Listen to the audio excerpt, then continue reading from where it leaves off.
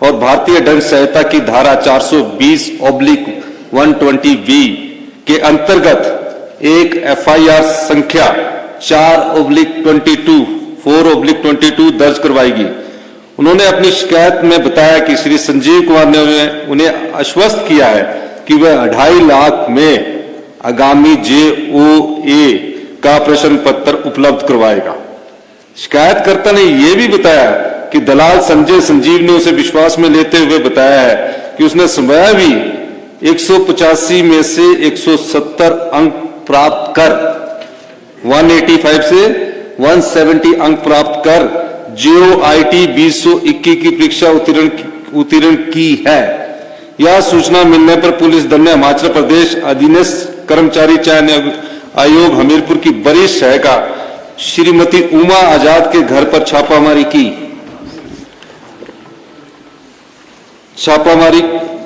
जहां की शिकायतकर्ता को प्रश्न पत्र सौंपने के लिए ले जाया गया था। छापामारी के दौरान वहां से प्रश्न पत्र बरामद किए गए और 6 आरोपियों को उनके घरों में गिरफ्तार किया गया। ये तो 25 दिसंबर का जो प्रश्न पत्र था। उसके बाद के जो सबऑर्डिनेट सिलेक्शन में एग्जाम होने थे, जो अगले 25 दिसंबर के बाद जो और तिथियों की जो घोषणा थी, उसके तहत मैं कुछ जानकारियां आपको देना चाहता हूं।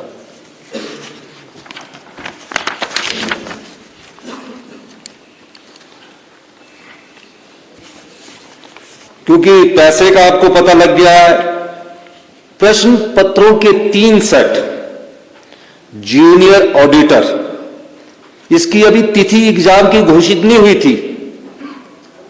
ये प्रश्न पत्र भी उनके घर से मिला। कंप्यूटर ऑपरेटर, इसका एग्जाम नए साल की 1 जनवरी 2023 को होना था। ये प्रश्न पत्र भी लीक हो चुका था, ये भी उसके घर से मिला। JOA-IT, ये भी उसके घर से मिला। 6,40,000 रुपया उनके घर से मिला। और ये कोई छोटी बात नहीं है कि जो सबऑर्डिनेट सिलेक्शन बोर्ड के कर्मचारी थे, जो भी था, वो सब शंका के दायरे में आ गए। और ये जो धंधा था पिछली भारतीय जनता पार्टी की सरकार से शुरू हुआ, उसको विस्तृत जानकारी प्राप्त की गई। सभी सूत्रों से पता किया गया तो कहा गया कि कई ऐसे जिनके रिजल्ट निकल चुके हैं वो लोग भी चयनित हो गए। हमारी सरकार ने फैसला किया, गंभीर बात है, और इस दृष्टिकोण से हमने एक SIT का गठन किया जो पूरी छानबीन कर रही है। उसके बाद जब विश्वास ना रहे किसी संस्था पर, हमने फैसला किया कि जो भी सबऑर्डिनेट सिलेक्शन बोर्ड में भविष्य के जो पेपर लीक हुए हैं, एग्जाम हुए हैं, वो इस स्थिति में तो नहीं हो सकते जहां कर्मचारी सम्मिलित हो। उस दृष्टिकोण हमने पिछले कल फैसला किया कि सबऑर्डिनेट सिलेक्शन बोर्ड द्वारा जो भविष्य में जो भी अभी परीक्षाएं ली जानी थी या ली जानी है, उनको परीक्षाओं को तो आगे पोस्टपोन किया गया, लेकिन चयन कर्मचारी द्वारा जो परीक्षा ली जाएगी उस बोर्ड को हमने सस्पेंड कर दिया गया है और उन सबको SIT के दायरे में लाकर इंक्वायरी शुरू कर दी गई है। और जो आगे की परीक्षाएं होंगी, हम उस पर अध्ययन कर रहे हैं कि किस प्रकार से ट्रांसपेरेंट तरीके से हिमाचल के 14 लाख युवा है जो अपने मन में एक सरकारी नौकरी का सपना सुजोए रखते हैं, हमेशा सोचते हैं कि पढ़ लिख कर हमें सरकारी रोजगार मिलेगा। गरीब माँ बाप का भी एक सपना होता है कि उसका बेटा सरकारी नौकरी लग जाए, अपने बच्चे को कड़ी मेहनत से वो पढ़ाता है।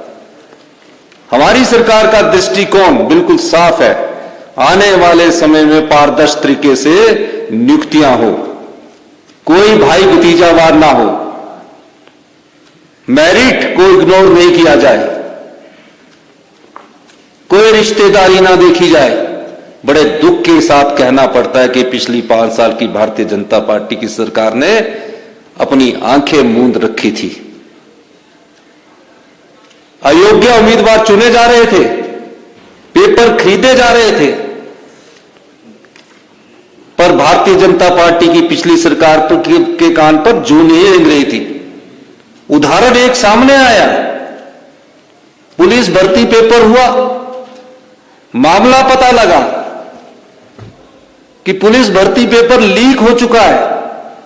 उससे पहले भी एक मामला सामने आया, विधानसभा के पटल पर हमारे सदस्यों ने आवाज उठाई कि पेपर लीक हो चुका है, लेकिन भारतीय जनता पार्टी ने अगर आंखें मूंद ली है उस सरकार ने, तो ये हिमाचल की जनता के साथ भारतीय जनता पार्टी की सरकार ने हिमाचल के लाखों युवाओं के साथ बहुत बड़ा धोखा किया है।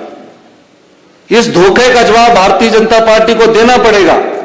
14 लाख युवा जो सरकार से आशा लगाए बैठे थे, उस आशा के अनुरूप उन्होंने कार्य नहीं किया है। इसलिए हमने फैसला किया है कि अगले 60 दिनों में पूरे भर्ती प्रक्रिया में पारदर्शिता लाई जाएगी और जो हम जो एग्जाम करवाएंगे वो पूरे पारदर्शिता तरीके से आगे लाएंगे। और जो भी पेपर लीक करने वाले सम्मिलित होंगे उनके तहत एक्ट में हम प्रोविजन देख रहे हैं कि कोई स्ट्रिक्ट एक्शन कैसे लिया जा सकता है, उस दृष्टिकोण से भी हम कार्य कर रहे हैं। इसलिए मैं आप लोगों से ये कहने आया हूं कि जो सरकार पिछली थी उस सरकार की भी गलतियां हैं। हम सारी जानकारी अभी और एकत्रित कर रही है, कुछ और सनसनीखेज जानकारियां हम आने वाले वक्त में आपके सामने लाएंगे। लेकिन सबऑर्डिनेट सिलेक्शन बोर्ड को पिछले कल हमने बैठक की, अधिकारी महोदयों से, विधायक नेताओं से हमने पूछा और एक नीतिगत फैसला किया गया कि इसकी वर्किंग को पारदर्शिता लाना पड़ेगा।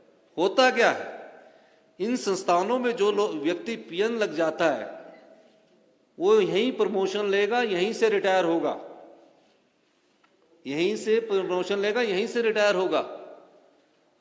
वो 35 साल तक एक ही संस्थान में लगा रहेगा। और जो 35 साल में एक संस्थान में लगा रहेगा, जो ये महिला पकड़ी गई है, इसके बेटे ने टॉप किया। भारतीय जनता पार्टी की सरकार थी तब भी उनकी आंखें नहीं खुली। हमने फैसला लिया कि इस सबऑर्डिनेट सिलेक्शन बोर्ड को, उनके सभी अधिकारियों को जो सरकारी है उनको हम शिमला बुला दिया, बाकियों को सबको सस्पेंड कर दिया।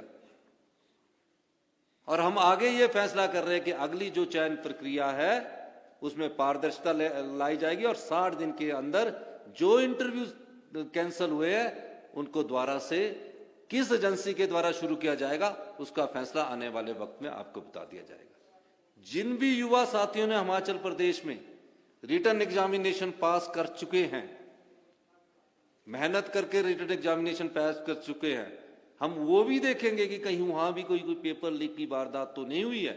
अगर पेपर लीक की कोई वारदात नहीं होगी तो उनके डॉक्यूमेंटेशन वाला जो इंटरव्यू है उसको भी हम आगे बढ़ाएंगे। और आने वाले समय में हम हिमाचल के युवाओं को यह विश्वास देना चाहते हैं कि हम पूरी तरह से एक पारदर्शी, नैतिक से भरपूर ट्रांसपेरेंट सिस्टम लाएंगे और अगली भर्तियां भी हम जल्दी ही शुरू करेंगे। जितने भी सरकारी रोजगार है उनको रोजगार के अवसर उपलब्ध करवाएंगे।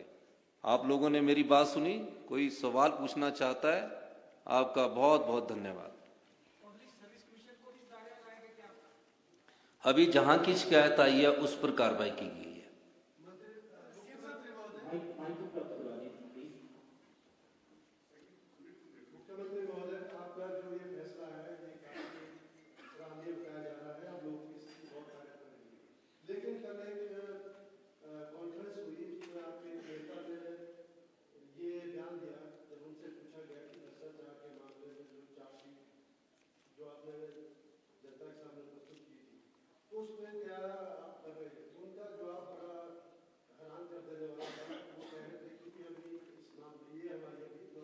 भ्रष्टाचार के जो भी मामले आएंगे, Congress party zero tolerance against corruption है, सब पर कार्रवाई की जाएगी। सर ये जो आपने खास 60 दिन की बात की, थोड़ा सा इसको क्लैरिफाई करते हैं, क्योंकि जो बच्चे एग्जाम दे चुके हैं वो थोड़ा सा परेशान जरूर है कि हमारा रिजल्ट नहीं कर पाएगा।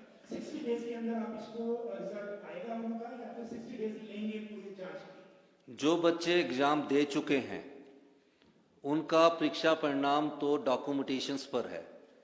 किस प्रकार संस्था सबऑर्डिनेट सिलेक्शन बोर्ड लेगा, किस तरीके से लेगा, या पब्लिक सर्विस कमीशन लेगा, वो मॉडलिटीज तय की जा रही है।